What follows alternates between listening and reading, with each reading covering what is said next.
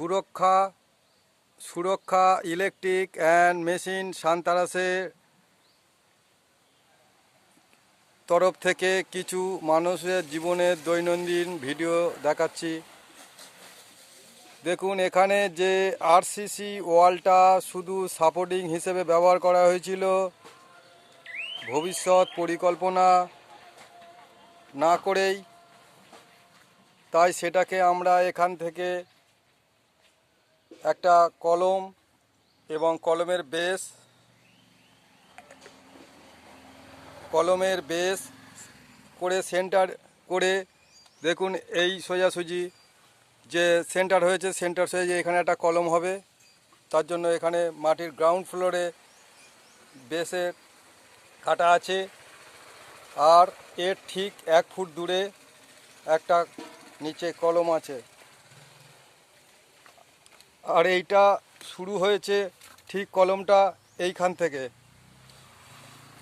এখানে যে টেপারটা ছিল, সেই টেপারটাকে আমরা আউট করে দিয়েছি, কারণ আমরা এটাকে সম্পূর্ণ যদি এই কলমটাকে আউট করে দিই, সেক্ষেত্রে ওখানে এর 10 ফুট দূরে একটা কলম আছে এবং এ সিঙ্গেল হয়ে যাচ্ছে, লোড ডাকতে পারবে না, লাইনটা পুরো কেটে যাবে। তাই আমরা এটাকে কিছু অংশে সাপোর্টিং হিসেবে রেখে দিয়েছি, যাতে আমরা এখানে বেসে ঢালাই ফেলে ফের 4টে রড দিয়ে ঠিক এটাকে আবার নতুন পদ্ধতিতে এর সঙ্গে জয়েন করতে পারি এবং এই কলম সোজাসুজি চলে আসবে।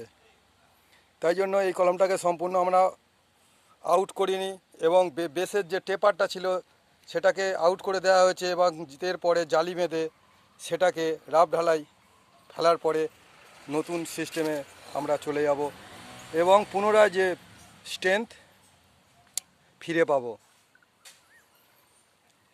এই ঢালাইয়ের উপরে একটা আবার আমাদের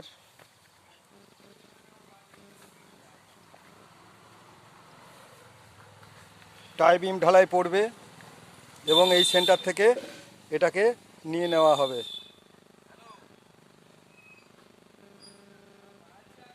টেপার বলতে দেখুন, এইটাকে বলা হয় টেপার। ঢালাই ফেলার পরে যে উঁচু অংশটা থাকে,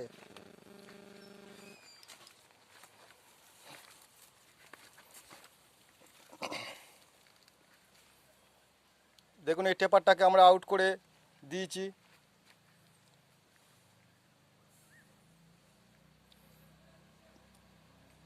এই যে রডটা এখান থেকে আমাদের সেন্টার শুরু, তাই আমাদের পুরো হিসেবের এবং মাপে এসে যাবে। এটাকে সম্পূর্ণ আমরা আউট করিনি, আউট করলে সমস্যার সম্মুখীন হতে হবে এবং এর সাপোর্টবিহীন হয়ে যাবে।